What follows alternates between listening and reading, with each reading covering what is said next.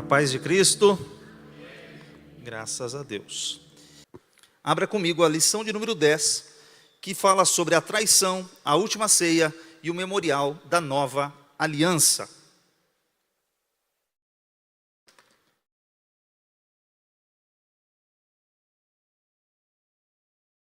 O texto bíblico que nós vamos ler está registrado em Lucas 22, versículo 7 a 13, diz assim a palavra de Deus. Chegou, porém, o dia da festa dos pães asmos, em que importava sacrificar a Páscoa. E mandou a Pedro e João, dizendo: Ide, preparai-nos a Páscoa para que a comamos. E eles lhe perguntaram: Onde queres que a preparemos? E ele lhes disse: Eis que quando entrardes na cidade, encontrareis um homem levando um cântaro de água. Segui-o até a casa em que ele entrar. E direis ao pai de família da casa: O mestre te diz: Onde está o aposento em que hei de comer a Páscoa com os meus discípulos? Então ele vos mostrará um grande cenáculo mobiliado. Aí fazei preparativos. E indo eles, acharam como lhes havia sido dito, e prepararam a Páscoa. Muito bem, esse é um texto que nós vamos estudar nesta noite. E eu quero que você leia comigo o textuário dessa lição, que também é muito relevante e importante. Juntos, 1, 2, 3. Porque todas que comerdes este pão e beberdes este cálice, anunciais a morte até que venha. Aleluia. Aqui nós temos no nosso textuário uma das questões relevantes. A ceia do Senhor não foi só para aquela época. E nós vamos tratar isso aqui hoje também. Nós temos 3 objetivos na nossa lição. O primeiro deles é conscientizar-se de que a morte de Jesus estava determinada nos planos eternos de Deus. Quando a gente fala de Jesus, Jesus não foi pego de surpresa. Deus não foi pego de surpresa. Quando Jesus veio à terra, ele veio com uma missão. Ele veio com um propósito. E Jesus sabia disso e ele lutou e viveu para aquele momento de entregar-se por nós. Então, Deus já tinha planejado. Tanto que o texto diz que ele é o Cordeiro de Deus que foi morto antes da fundação do mundo. Ele não foi sacrificado antes da fundação do mundo, mas antes da fundação do mundo, Deus já viu o dia, a hora, o momento em que ele seria sacrificado por nós. Então já estava nos planos divinos, na onisciência de Deus. O segundo objetivo da lição é conhecer os rituais e os significados da Páscoa judaica, e como base para a compreensão do sacrifício vicário de Cristo. Vamos olhar para aquilo que era a Páscoa judaica. E o que isso tem em relação conosco hoje? Qual a relação com a ceia do Senhor? Por que isso tinha relação com Jesus? Então isso é importante a gente resgatar o significado da Páscoa. E terceiro, identificar a ceia como um cerimonial instituído por Jesus, com o objetivo de anunciar a sua morte, que é o que está no nosso textuário. Nós vamos ver como relação à ceia do Senhor. Bem, falando aqui dessa introdução, nós falaremos primeiro sobre a questão do traidor. Nós começaremos falando sobre a traição, sobre o momento em que Jesus estava já determinado nos planos de Deus, que ele morreria por nós. Mas haveria de ter um traidor, alguém que entregaria Jesus Cristo. E a lição no tópico 1 vai desenvolver essa temática. Como que chegou ao ponto de Jesus ser entregue? O que aconteceu? Quais foram os eventos que levaram, que culminaram com isso? Então, aqui a gente fala sobre uma conspiração. Conspiração para matar Jesus. Os principais sacerdotes, os religiosos, estavam buscando uma ocasião para matar Jesus. E por que eles queriam matar Jesus? Bom, aí é a pergunta que a gente faz agora. Por que eles queriam matar Jesus? A revista desenvolve alguns motivos por que eles queriam matar Jesus. E vamos olhar um pouquinho aqui com detalhe. Bem, primeiro motivo é porque Jesus violava o sábado. Então repita comigo, Jesus violava o? Na perspectiva deles, Jesus descumpria o 4º mandamento. Então se fosse para alguma igreja que guarda sábado hoje, imagina a dificuldade. Jesus era conhecido como infrator do 4º mandamento. Na visão e na perspectiva judaica dos líderes religiosos, Jesus infringia, Jesus violava o sábado, Jesus quebrava o sábado com as suas atitudes, com as suas ações. Agora, vamos olhar o que está escrito no texto. O que a Bíblia diz? Bem, está escrito aqui em João 5, versículos 8 a 11. Jesus disse-lhes: levanta-te, toma o teu leito e anda. Logo aquele homem ficou são e tomou o seu leito e andava. Leia comigo em verde. Aquele dia era o quê? Então os judeus disseram àquele que tinha sido curado: não te é lícito levar a cama, o leito. E respondeu-lhes: aquele que me curou, ele próprio disse: toma o teu leito e anda. Coisa interessante. Jesus chega, um homem tem 38 anos, ele tem 38 anos, está aqui, à beira de um tanque. 38 anos que esse homem está paralítico. 38 anos que esse homem precisa de alguém. Ele está num tanque chamado Betesda, casa de misericórdia. Mas no lugar onde era a casa de misericórdia, ninguém tinha misericórdia. Porque Jesus perguntou assim para ele: queres ficar curado? Queres ser curado? Ele fala assim: Senhor, não há ninguém que quando a água é agitada, venha e me coloque no tanque. Mas pelo contrário, todo mundo corre na minha frente. Ninguém está aqui para me ajudar. No lugar da misericórdia, ninguém tem misericórdia. Mas Jesus não perguntou isso para ele. Jesus perguntou: você quer ser curado? Queres ficar são? E aquele dia era, diz o texto, sábado. Aí Jesus, aquele homem fala aquilo para Jesus, aquilo move o coração de Jesus. Jesus olha para ele e fala assim: levanta e anda, pega a tua cama e vai para a tua casa. Aí o pessoal começou a olhar para aquele paralítico, 38 anos, carregando a cama. Ele enrolou a cama dele, que era um tipo de esteira. Ele enrola e sai andando com a cama debaixo do braço. E alguém olha para ele e fala assim: para aí. Por que você está carregando a cama? Você não pode carregar a cama, hoje é sábado. Aí ele fala assim: olha, eu estou há 38 anos aqui, ninguém nunca me ajudou. Agora aquele que me curou, ele falou: pega a tua cama e anda, pega e anda. Se Jesus mandar você fazer, você faz. Se Jesus falar para você fazer algo que parece ser contra alguma questão, que talvez vai quebrar um protocolo, você pode fazer, porque se foi Jesus que mandou fazer, pode fazer. Porque Jesus, ele está no controle de tudo. Às vezes a gente quer engessar o agir de Deus, mas Jesus disse: pega a cama e vai para casa.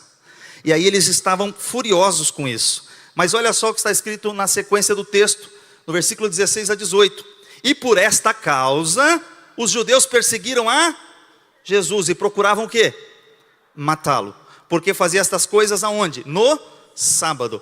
E Jesus lhes respondeu: meu pai trabalha até agora, e eu trabalho também. Por isso, pois, os judeus ainda mais procuravam matá-lo, porque não só quebrantava o sábado, mas também dizia que Deus era seu próprio pai, fazendo-se igual a Deus. Então, além de Jesus, na visão deles, quebrar o sábado, Jesus ainda se igualava a Deus, porque Jesus é o Filho de Deus, porque Jesus é Deus. Então eles cada vez mais procuravam matar Jesus, porque Jesus curava no sábado. Outra coisa interessante, Jesus era especialista nisso. Outro dia, Jesus foi numa outra sinagoga, encontra uma mulher há 18 anos que andava encurvada, olhando para o chão. Aí Jesus pega e fala assim para ela: endireita-te. E a mulher endireitou e começou a andar, olhando para frente. Quem só olhava para o chão, não tinha perspectiva, agora está enxergando, tem visão, está olhando para frente, vai caminhar, curada. Aí alguém vai falar assim: mas por que você curou no sábado? Não pode. Aí Jesus fala: vocês são hipócritas. Essa mulher está há 18 anos sendo oprimida pelo diabo. Não convinha que eu viesse libertá-la? Então Jesus liberta uma mulher que estava há 18 anos sofrendo, e eles não têm misericórdia. Jesus tinha que curar outro dia, não podia curar no sábado. E toda vez eles ficavam criticando Jesus, porque Jesus fazia as coisas no sábado. Outro momento, eles saem de uma sinagoga, estão andando pelo campo, eles vão lá e pegam trigo. Os discípulos estão com fome, estão morrendo de fome. Pega o trigo e começa a tirar a casca e começa a comer o trigo ali. Eles falam assim: não pode, vocês estão recolhendo ou colhendo no sábado, não pode. E aí Jesus falou assim: vocês são muito hipócritas. Vocês pegam o seu animal e no sábado vocês soltam e deixam ele beber água. Vocês pegam o seu animal e se ele cai no buraco, você vai lá e tira. Como que eu não vou? Vocês nunca leram que Davi, quando teve fome, foi lá, entrou no tabernáculo, naquele lugar onde estavam os sacerdotes, pegou o pão que não se podia comer, só o sacerdote podia comer, e por causa da questão da vida estar em risco, a fome, ele comeu aquele pão que não lhe era lícito comer, mas foi-lhe dado o pão e ele comeu o pão. Vocês não sabem que existem exceções? O sábado foi feito por causa do homem, não o homem por causa do sábado. E eles criticavam Jesus por causa do sábado. E eu te pergunto, o sábado foi feito para você e para nós descansarmos. O dia semanal foi feito para o descanso. É isso que é o princípio que Jesus está falando. Nós precisamos descansar, nós precisamos dormir, nós precisamos descansar um dia na semana. Você precisa tirar um tempo de descanso. Você não pode trabalhar o tempo todo. É esse o princípio que Jesus está ensinando. E não a questão de se é sábado, se é sexta, se é domingo, se é segunda. O importante é que você precisa descansar. Mas aí, eles queriam matar Jesus porque Jesus violava o sábado. Mas não para por aí. Qual era o segundo motivo? Vamos lá. Era a inveja. Será que eles tinham inveja de Jesus? Jesus ensinava, Jesus falava, Jesus curava, ele fazia milagres. Mas olha só que interessante está aqui, no texto de Mateus 7, 28 a 29. Quando Jesus acabou de dizer essas coisas, as multidões estavam maravilhadas com o seu ensino, porque eles ensinavam como quem tem autoridade, não como os mestres da lei. Quando Jesus falava, ele tinha autoridade. Ele não precisava ficar citando o Rabino Hillel, o Rabino Shammai, ele não precisava ficar citando o Maimônides, não precisava ficar citando o Freud, sei lá quem. Jesus tinha autoridade. Ele ia e dizia a palavra. Ele ratificava a palavra. E aí qual é a questão? A questão é que eles ficavam com inveja. Nunca ninguém ensinou como esse homem. E aí eu quero te destacar mais um ponto. Um dia mandaram prender Jesus. João capítulo 7. Os guardas vão para prender Jesus. Os guardas do templo. Aí os guardas vão prender Jesus. E no momento em de prender Jesus, eles veem que Jesus está ensinando. Jesus está curando. E eles vão para prender Jesus e não prendem. Aí eles voltam de mão vazia, sem Jesus. Aí os sacerdotes perguntam assim: vocês não prenderam ele? Aí eles respondem isso aqui, leia comigo. Ninguém jamais falou da maneira como esse homem fala. Declararam os guardas. Não tem como prender esse homem. Como que eu vou prender ele? A palavra dele é impactante, a palavra dele arde. Lembra dos discípulos? Quando ele falava, ardia em nossos corações. Quando ele fala, tem autoridade. Quando ele fala, não dá para a gente resistir. E aqui eu quero chamar a sua atenção para um detalhe. Tem uma música antiga do meio evangélico que fala assim: mataram Jesus, mataram Jesus. De um cantor aí, gospel. Mataram Jesus. Mataram Jesus? Será que mataram Jesus? Jesus no Evangelho de João diz assim: eu dou a minha vida para tornar a tomá-la. Ninguém a tira de mim, mas eu de mim mesmo a dou. Tenho o poder de dar e tenho o poder de tornar a tomá-la. Os guardas foram prender Jesus e não puderam prender Jesus. Por quê? Porque não era a hora de prender Jesus. Na outra ocasião, o que aconteceu? Pedro está lá junto com Jesus, no jardim do Getsêmani. Os guardas vão prender Jesus. Aí Jesus fala assim: a quem buscais? Aí eles: a Jesus, o Nazareno. Ele fala: sou eu. Pum! E os guardas caem. Aí de novo: a quem buscais? A Jesus, o Nazareno. Pum! E eles caem. Aí Jesus fala assim: pode levar. Aí, aquele é um momento interessante. Jesus se entregou. Jesus não foi pego. Deus não foi pego de surpresa. Jesus não foi preso sem... Aí olha só que interessante. Pedro pega a espada para defender, corta a orelha do servo do sumo sacerdote, achando que com uma espada ele podia defender Jesus. Jesus falou para ele: guarda a tua espada, Pedro. Jesus vai lá, cura a orelha do homem e fala mais um detalhe para ele: Pedro, se eu quisesse, eu podia rogar ao Pai e Ele me enviaria 12 legiões de anjos. 12 legiões de anjos.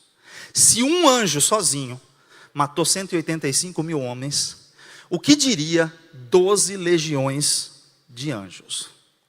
é você multiplicar 12 por mais de 3.000, porque dependendo da legião romana tinha uma variação de tamanho. Então imagina que Jesus está falando, eu poderia pedir ao Pai, Ele me mandaria dezenas, centenas de milhares de anjos, e você está achando que eu preciso de proteção? Jesus se entregou, Ele deu a sua vida por nós. Aqui que está um mistério glorioso. Jesus não precisava da nossa proteção. Às vezes a gente acha que tem que proteger Jesus. A palavra de Deus é fiel e verdadeira. Tem gente falando mal de Jesus. Você só precisa viver o Evangelho. Você precisa falar, defender a sua fé nos pontos que você precisar defender. Mas você não vai conseguir defender diante de certas pessoas. Mas não se preocupe. As pessoas estão falando mal de Jesus. Mas Jesus, o seu nome é sobre todo nome. E um dia, todo joelho se dobrará. Toda língua confessará que Jesus Cristo é o Senhor. Para a glória de Deus Pai. Terceiro motivo, por quê? Eles queriam matar Jesus, a reprovação dos religiosos. Porque Jesus não dava recado, Ele falava na lata. Jesus já falava logo, hipócritas, escribas e fariseus hipócritas. Não foi só João Batista que chamou-os de raça de víboras, Jesus também os chamou de raça de víboras. Então, em várias ocasiões, e a nossa lição destaca sobre esse detalhe aqui, ó. Os famosos filactérios. Uma coisa difícil, nome esquisito, né? Mas olha só, o que era isso? Eles pegaram mandamentos da lei e tentaram traduzir de uma forma mais física. O que eles fizeram? Está vendo aquela caixinha lá em cima, na testa e no braço? É isso aqui, ó. É uma caixinha, geralmente de couro. Eles vão lá, nessa caixinha, eles pegam 4 pergaminhos, 4 textos e colocam dentro dessa caixinha. E eles colocam na testa e colocam nos braços. São esses 4 textos que estão aqui. Êxodo 13, do 1 ao 10. Êxodo 13, do 11 ao 16. Deuteronômio 6, do versículo 4 a 9. E Deuteronômio 11, do versículo 13 ao 11. Eles põem essa lei porque eles são muito literais. Como está escrito em Deuteronômio, eles deveriam falar da palavra de Deus quando levantasse, quando estivessem andando pelo caminho, ao deitar-se, quando fosse se alimentar. Eles deveriam escrever nos umbrais das portas, eles deveriam colocar entre a testa, entre os olhos, colocar nos braços, amarrar a palavra de Deus. Na prática, o que Deus estava dizendo é assim, você precisa colocar a palavra de Deus exposta, de tal forma que ela esteja internalizada no seu coração. Foi como Davi disse, guardei a tua palavra no meu coração, para não pecar contra ti. Então é internalizar a palavra de Deus na vida dos nossos filhos, na nossa vida, na nossa casa. É você inculcar, diz o texto. Inculcar é colocar na cabeça, é colocar no coração. É você falar de tal maneira que ela esteja no seu coração, na sua mente. Mas eles fizeram isso de forma literal. Mas olha o que Jesus disse, foi isso aqui, ó, Mateus 23, versículo 5. Fazem todas as obras assim, a fim de serem vistos pelos homens, pois trazem largos filactérios. Jesus criticou isso aqui. Por quê? Isso aqui era para chamar atenção. Sabe que hora que era para usar isso aqui? Era em casa, ou dentro da sinagoga. Mas o judeu exibido fazia isso, usava aquelas roupas compridas, aumentava quanto mais possível o talit, saía pelas ruas se exibindo, mostrando a sua piedade, querendo se mostrar religioso, querendo dizer que ele jejuava, que ele orava, que ele era um homem temente, para se apresentar para os homens verem. E Jesus critica, vocês fazem isso para serem vistos pelos homens, mas vocês, na verdade, do lado de fora, vocês são como sepulcros caiados, bonitos por fora, mas por dentro vocês estão podres. O que tem lá dentro não presta. Então Jesus fala, o que contamina o homem não é o que sai da sua boca, ou melhor, não é o que entra pela sua boca, mas o que sai da sua boca. Porque aí Jesus fala que do coração saem coisas terríveis. Então Jesus estava criticando aquela hipocrisia desses homens, que queriam fazer as coisas para aparecer, fazer as coisas para os homens verem, somente por isso. Eles queriam ser louvados pelos homens. Mas Jesus, por criticar esses religiosos, ele também era alvo de perseguição. Mas o motivo por que queriam matar Jesus, porque Jesus chegou um dia, chegando ao templo, ele viu a mesa dos cambistas, ele viu pessoas vendendo pombos para sacrifício, vendendo animais. E quando Jesus chega naquele lugar, ele vê que eles estão fazendo uma transação comercial, câmbio das moedas romanas, das moedas gregas para a moeda do templo. E nessa questão de câmbio, alguém sempre fura o olho do outro. Entende como é que é câmbio? Sua moeda aí, seu real valendo 6 ponto, sei lá quanto, 6,10. Na hora de você trocar, você vai pagar 6,30, 6,50 e tal. E estão furando teu olho. E sempre assim. A gente está sempre em desvantagem. Na hora de você comprar, você está em desvantagem. Na hora de você vender, você está em desvantagem. Na hora de você fazer câmbio, você perde. Na hora de você desfazer, você perde. E é desse jeito. E lá, para piorar a situação, tudo isso era feito com o aval do sacerdote. O que quer dizer isso? Que tinha uma comissãozinha que corria para o sacerdote permitir que eles fizessem aquilo dentro do templo. Havia um outro esquema terrível que tinha lá, que era o seguinte: você trazia um animal de casa. Quem não tinha, comprava na hora. Mas quem podia trazer o animal, quem morava mais próximo, trazia o animal. Chegava lá, o animal tinha que ser examinado pelo sacerdote. O sacerdote olhava para o animal, e o animal tinha que ser sem defeito. Se o animal tivesse defeito, o animal era descartado. Imagina você viajar 100 quilômetros com um animalzinho, e você chega lá, e o sacerdote fala assim: esse animal não serve. Você viajou 100 quilômetros para oferecer um sacrifício, e você não pode oferecer o sacrifício, porque o animal não serve. O que você tinha que fazer? O sacerdote falava assim: eu compro o seu animal por metade do preço, e te vendo um animal já aprovado, com selo de aprovação do Inmetro, do Inmetro do templo. Tum.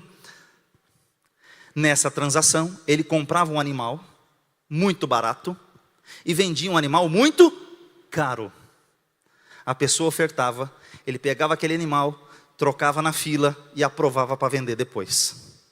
Havia um esquema financeiro para lucrar com a desventura das pessoas que vinham ali. E Jesus olhou aquilo. Você acha que Jesus ficou quieto?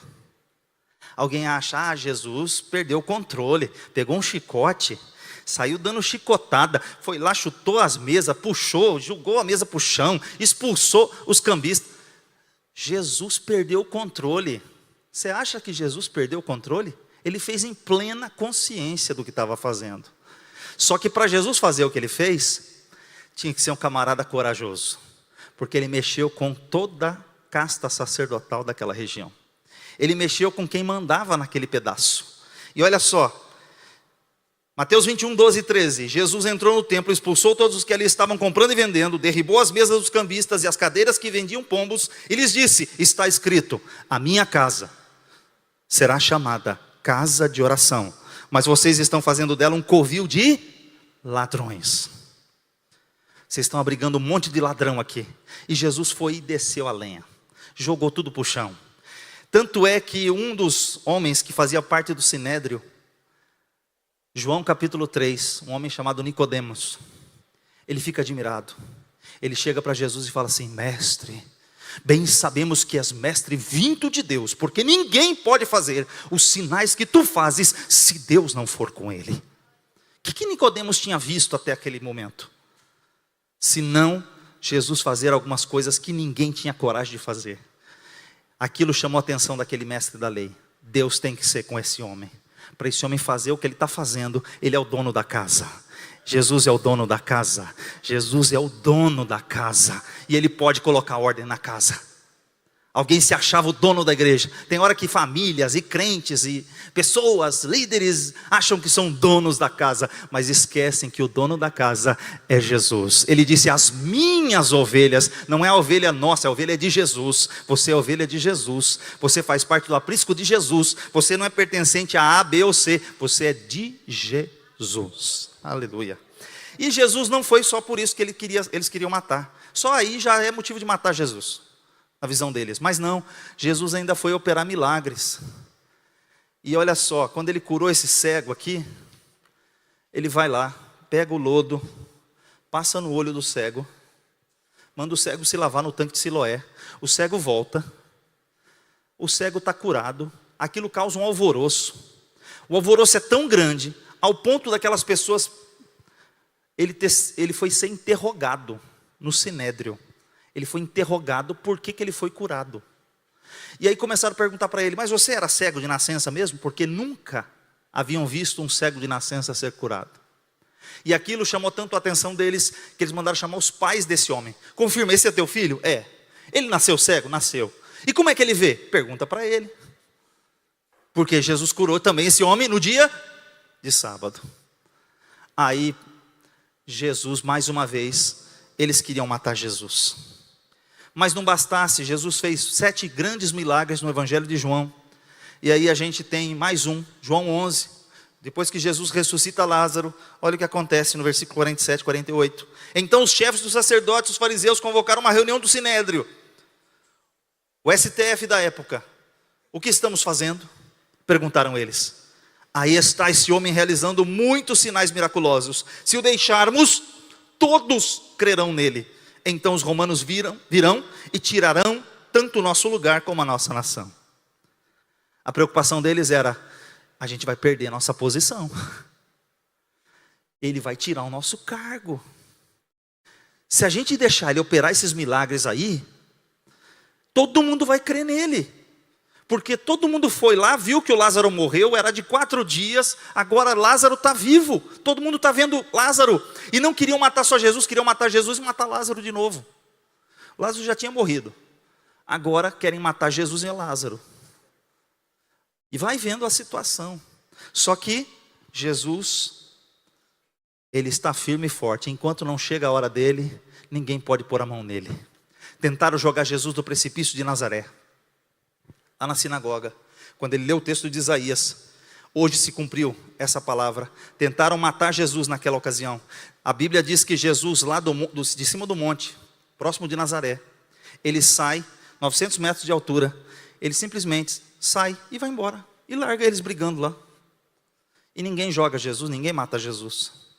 Só que aqui vem a situação que é a parte ruim.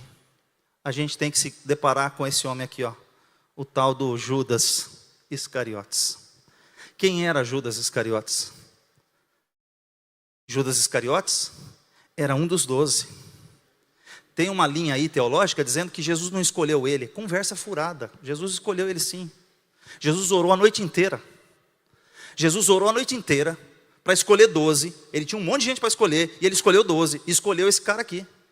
Jesus que escolheu. Não foi não, o diabo não, foi Jesus que escolheu ele. Ele era um dos 12. Na missão dos 70, esse homem foi junto. Naquela missão que eles foram de 2 em 2, curando, expulsando o demônio, esse homem estava lá, orando, expulsando o demônio, curando o enfermo. Esse homem não era qualquer um, era o tesoureiro. Você coloca qualquer um para cuidar das finanças da sua casa? Você coloca qualquer um na tesouraria da igreja? Era gente de confiança. Judas estava lá, homem de confiança. Só que o pior de tudo, o nome dele não é uma coisa horrível não. Judas é Jeová é salvação, Yahvé é salvação, é um nome lindo. A gente poderia colocar esse nome no filho, né? Mas hoje, por causa desse camarada aqui, quem quer colocar o nome de Judas num filho? O cartório nem deixa. Chega no cartório e fala assim, quero colocar o nome no meu filho de Judas. O cara do cartório vai olhar para você, não pode. Não pode não, porque se colocar Judas, esse menino vai sofrer o resto da vida. O cartório não quer deixar você colocar o nome do seu filho de Judas. Mas o nome era bonito. Mas por causa de um personagem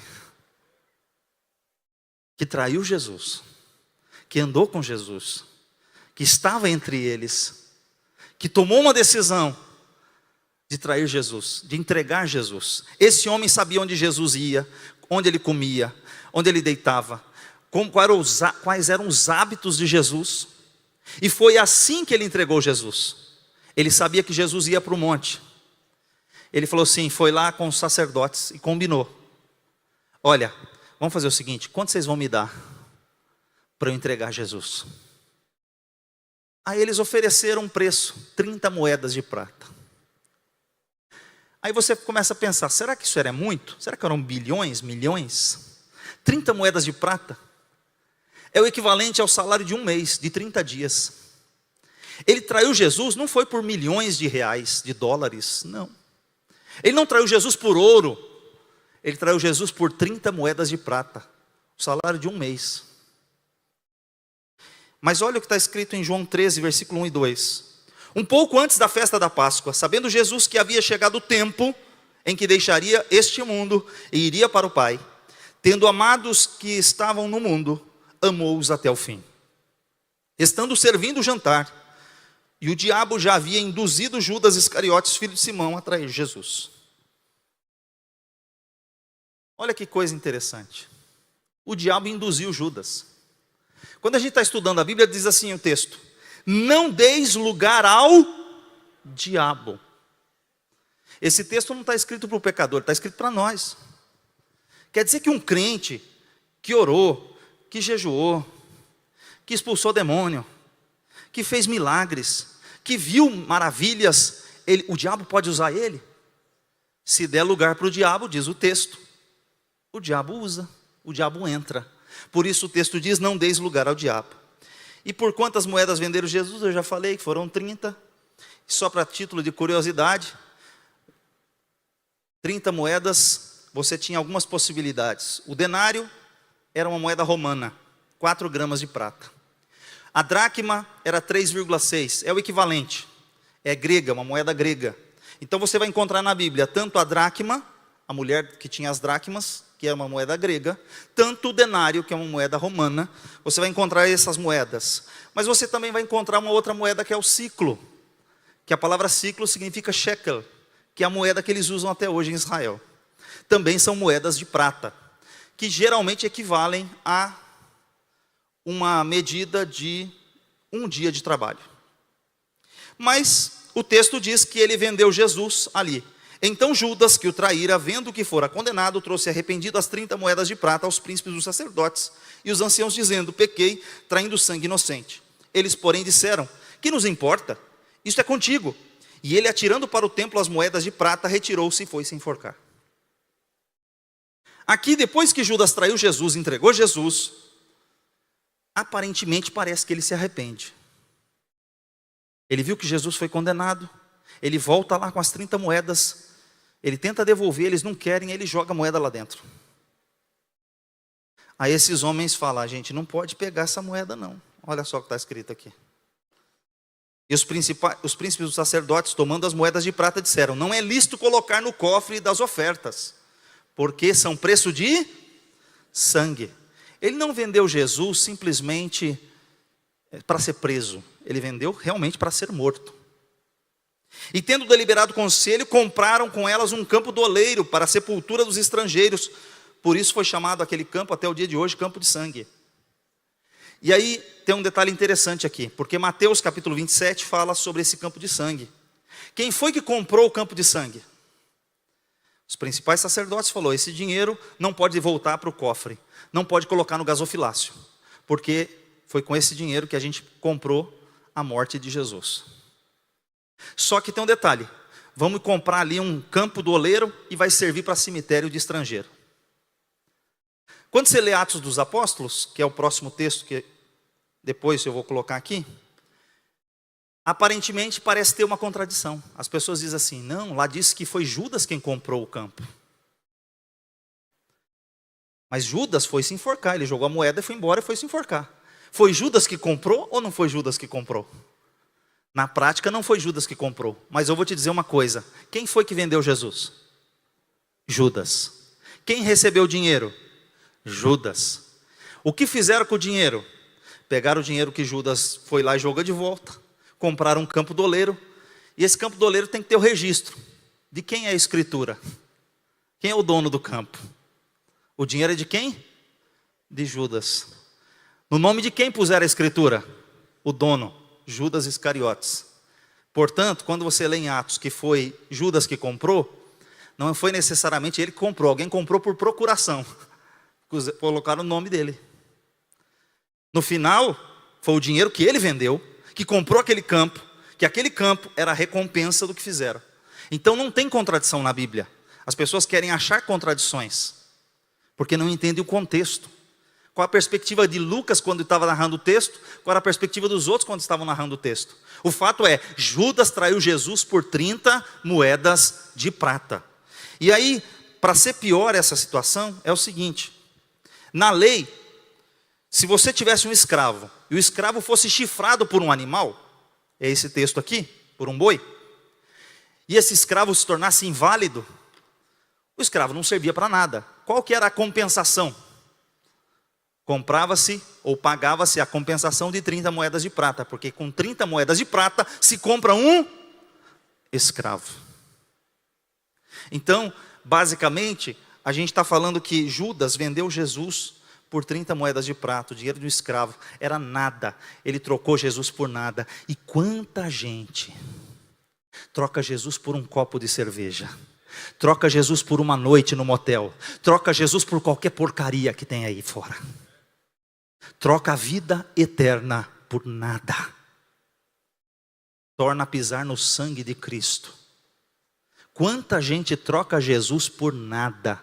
Por isso, quando a gente vai falar sobre a ceia do Senhor, a gente fala sobre a importância e o valor que a gente tem que dar à ceia do Senhor, porque a gente lembra o sacrifício de Jesus na ceia. E aí tem mais um tópico que fala sobre o plano de Deus.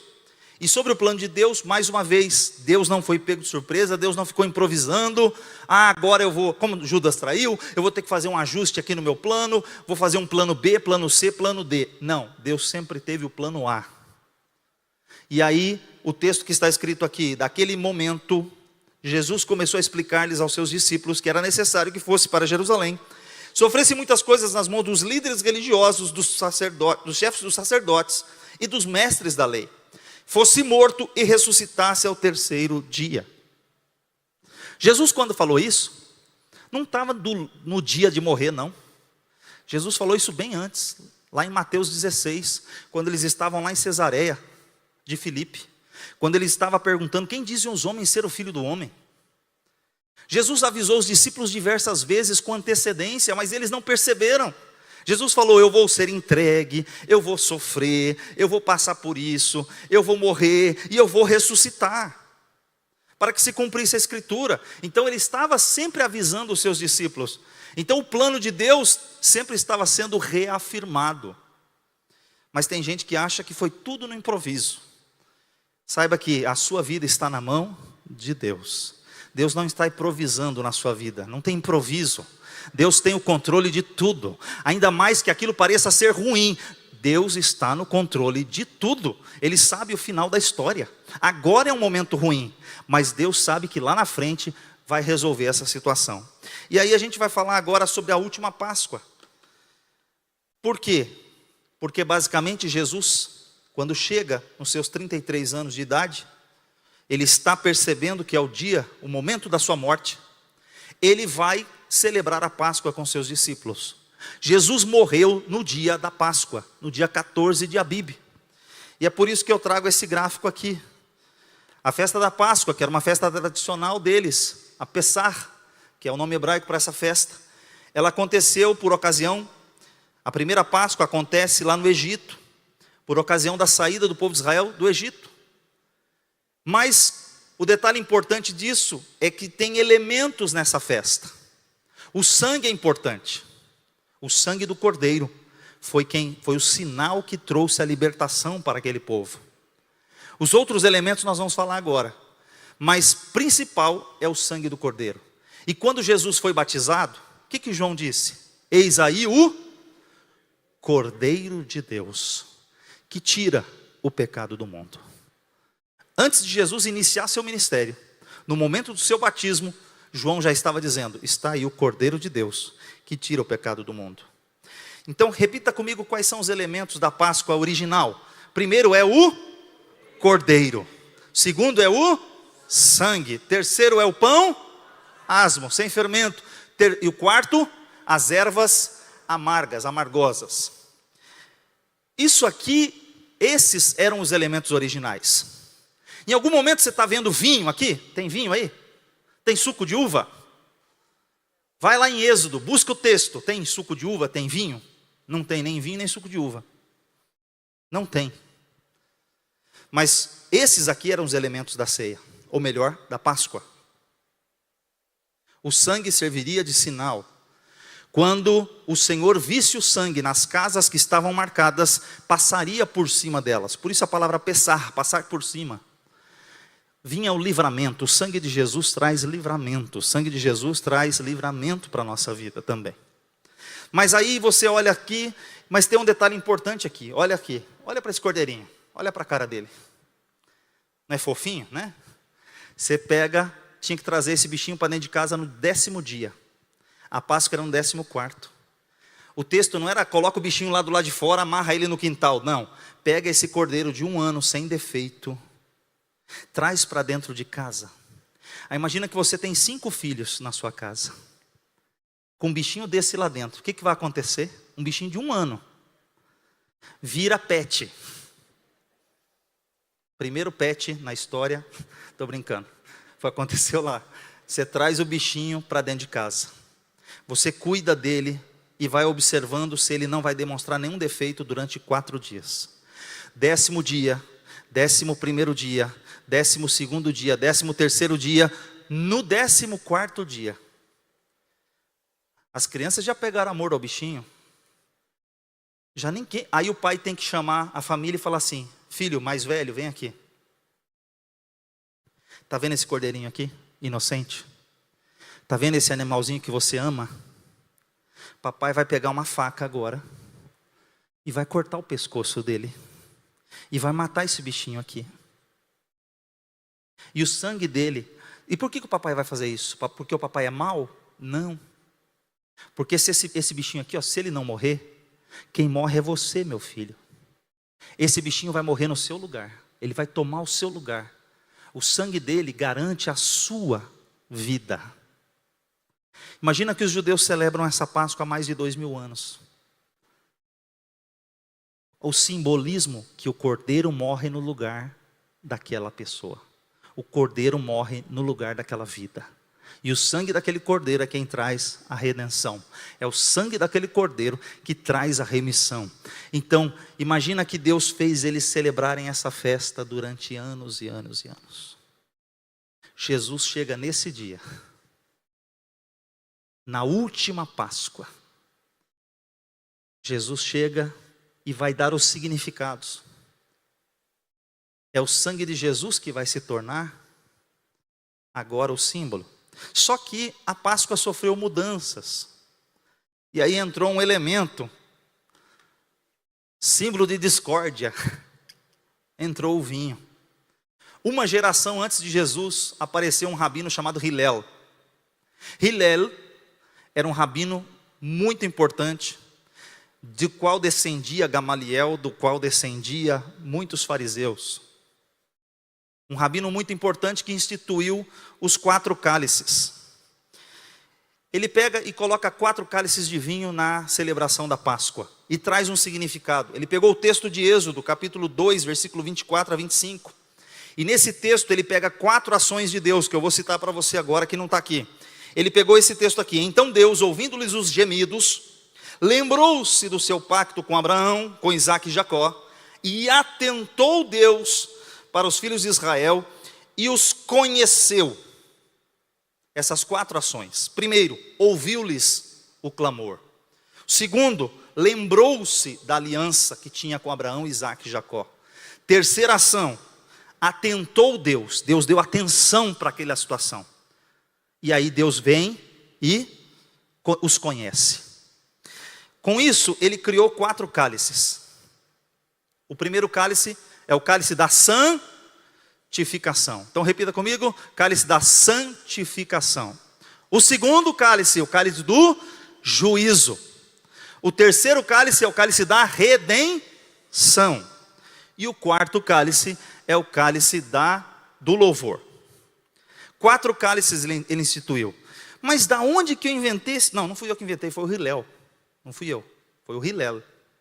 A gente vai na história resgatar isso aqui. Mas olha só, por que eu sei que tem mais de um cálice? Porque quando você lê Lucas 22, versículo 17, está escrito assim: e tomando um cálice, havendo dado graças, disse, recebei-o e reparti entre vós.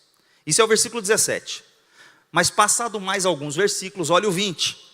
Semelhantemente, depois de cear, tomou o cálice, dizendo, este é o cálice da nova aliança no meu sangue, derramado em favor de vós.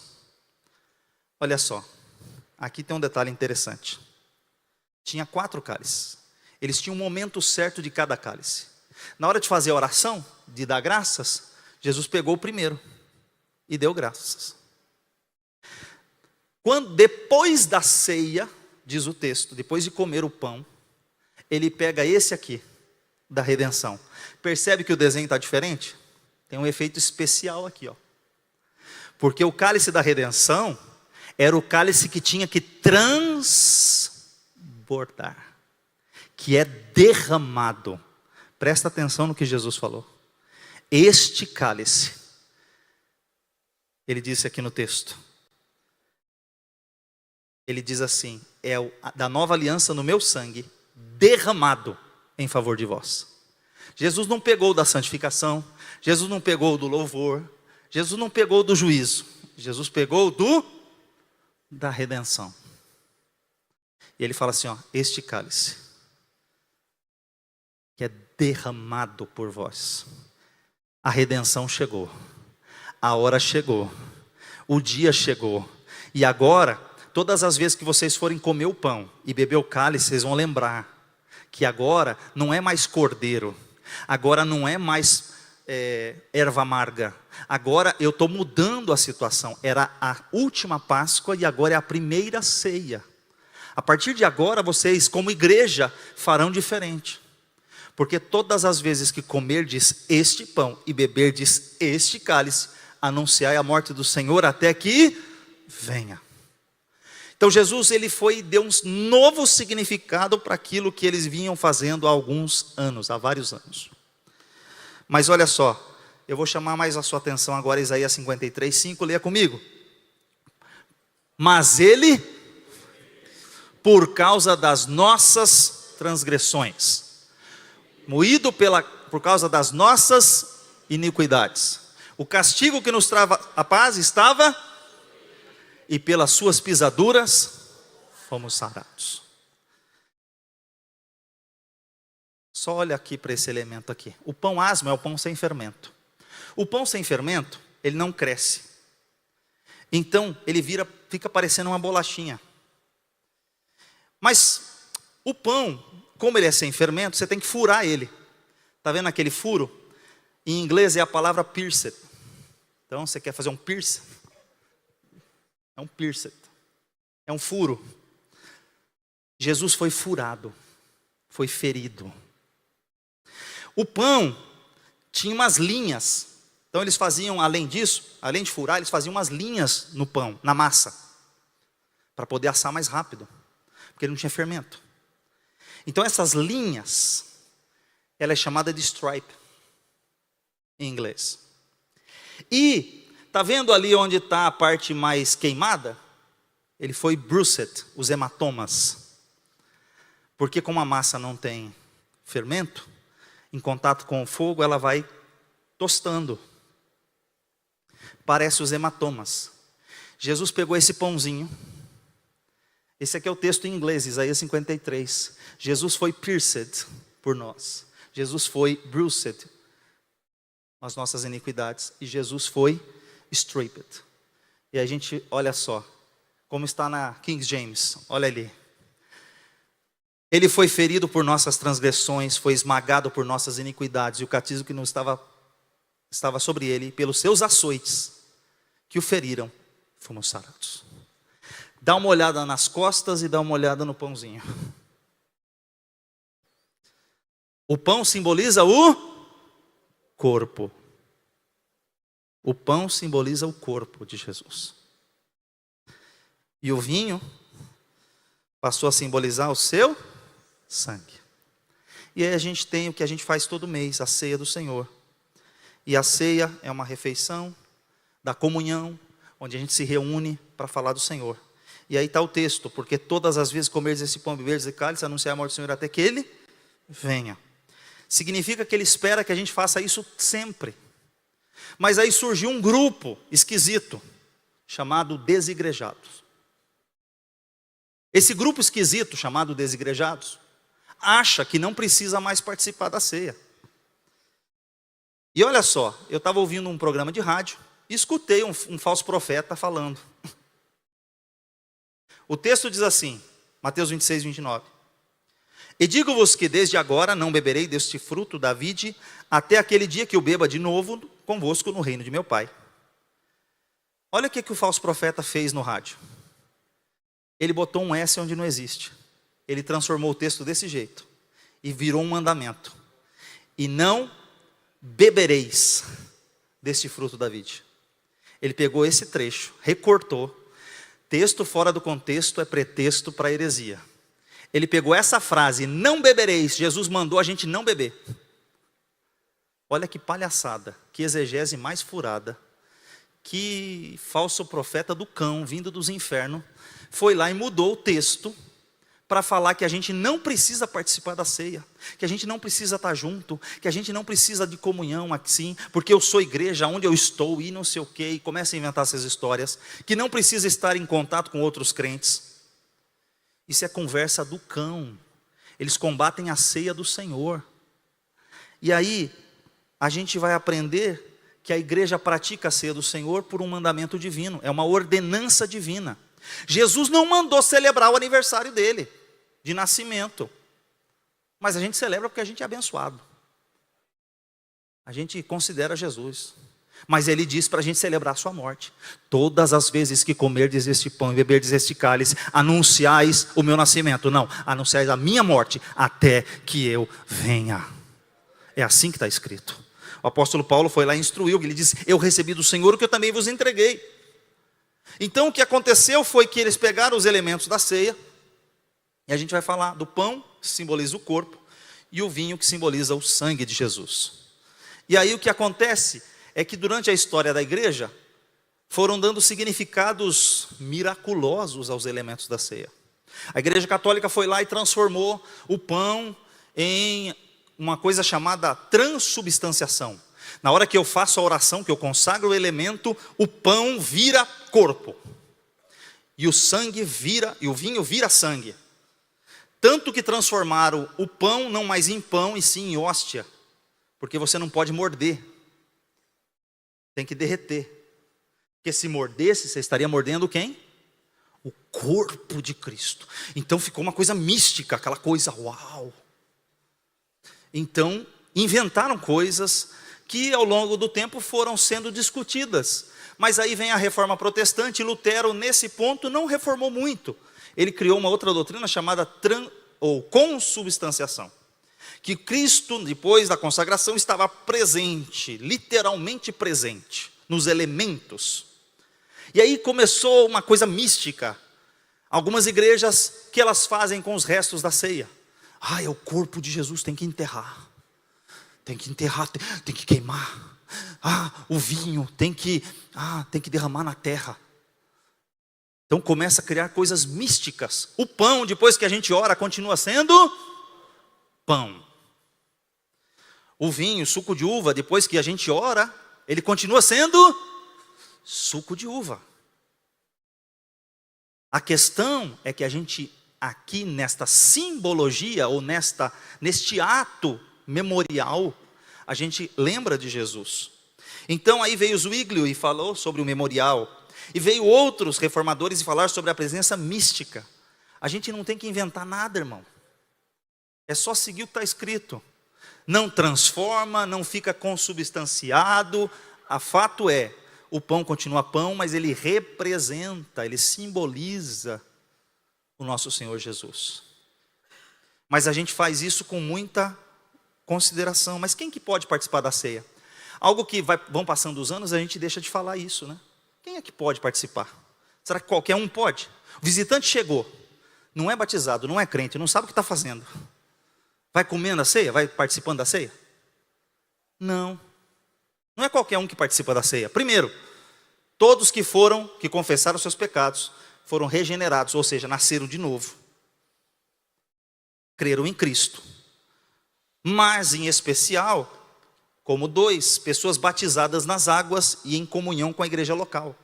Vem um visitante de outra igreja, está em comunhão lá, é batizado, participa da ceia, normal.